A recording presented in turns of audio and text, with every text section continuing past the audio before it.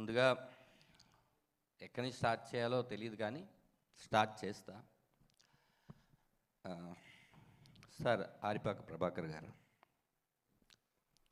మీరు లేకపోతే కనుక ఈ సినిమా అనేది ఉండదు. నిజంగానే ఈ కథ ఆయన శివప్రసాద్ యానాల్ గారు ఎందుకు రాశారో, ఎవరి కోసం రాశారో కానీ నాకు ఇచ్చారు. మీరు లేకపోతే ఈ తెర ఇంత పెద్ద తెరకి రేపు స్క్రీన్ మనకి రాదు sir. Thank you so much sir. మిమ్మల్ని నా లైఫ్ ఎంత ఉంటుందో అంతకాలం మిమ్మల్ని గుర్తుపెట్టుకుంటాను. నా కెరియర్లో చాలామంది తారాసపడ్డారు. నా మలుపులో ఇలాంటి దర్శకత్వం చేసే మలుపులో మీరు తారాసపడడం నాకు చాలా ఆనందంగా ఉంది, గర్వంగా ఉంది సార్. మీరు చాలా చాలా చాలా పెద్ద పొజిషన్కి వెళ్తారు. నేను ఏ కిందకి వెళ్ళినా కూడా మిమ్మల్ని మర్చిపోను సార్. యు ఆర్ మై ఈ సినిమా స్టార్ట్ అవ్వడానికి తొలి అడుగు మీరు sir. Love you sir, love you so much sir.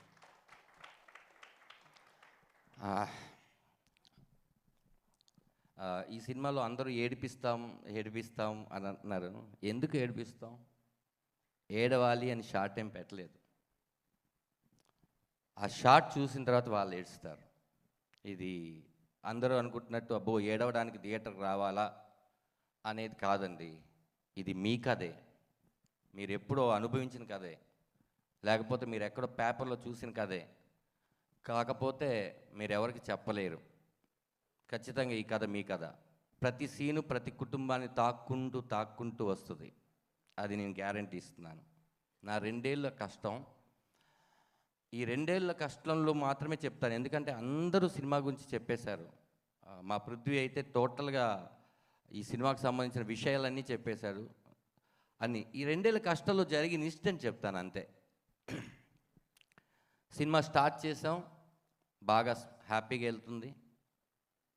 ఇలాంటి జర్నీలో మెల్లిగా అప్ అండ్ డౌన్స్ ఏ ప్రొడ్యూసర్కైనా వస్తుంటాయి. అయినా కూడా ప్రతిసారి పడిపోతున్నప్పుడల్లా కూడా మళ్ళీ నుంచొని ఈ సినిమాని ముందుకు తీసుకొచ్చాడు పృథ్వీ పోలవరపు.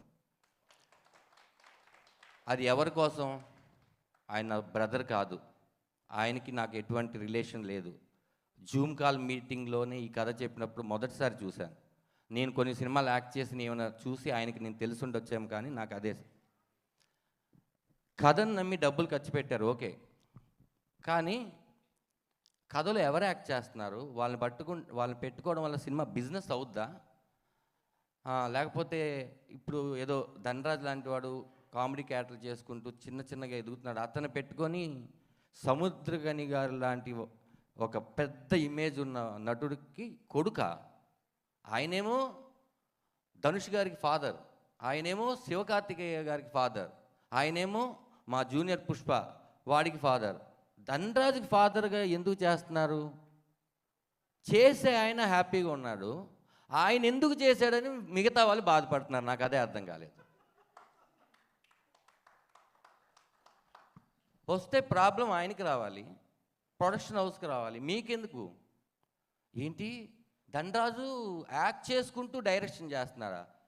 కష్టపడుతుంది నేను, నాకు రావాలి, అది మీకెందుకు? ప్రతిసారి పైకి వెళ్తున్నప్పుడల్లా ఎవరో ఒకరు మిమ్మల్ని లాగుతారు చూడండి, వాళ్ళతో మీకు అసలు ప్రాబ్లమే లేదు. ఎందుకంటే నెక్స్ట్ టైం వాళ్ళని కలవు మనం.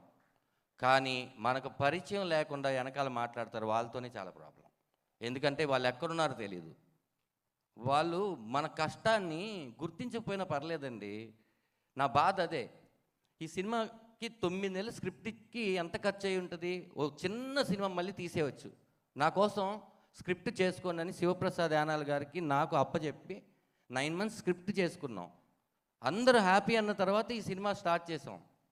ఒక ఆఫీస్ మెయింటెనెన్స్ ఎంత, అసిస్టెంట్ డైరెక్టర్లకి ఇచ్చే శాలరీలు తగ్గించి ప్రతిదీ ఎంత. ఒక కొత్త ప్రొడ్యూసర్ ధనరాజ్ నమ్మొచ్చాడు, ఆయనకి లేని ప్రాబ్లం మీకేంటో నాకు అర్థం కావట్లేదు.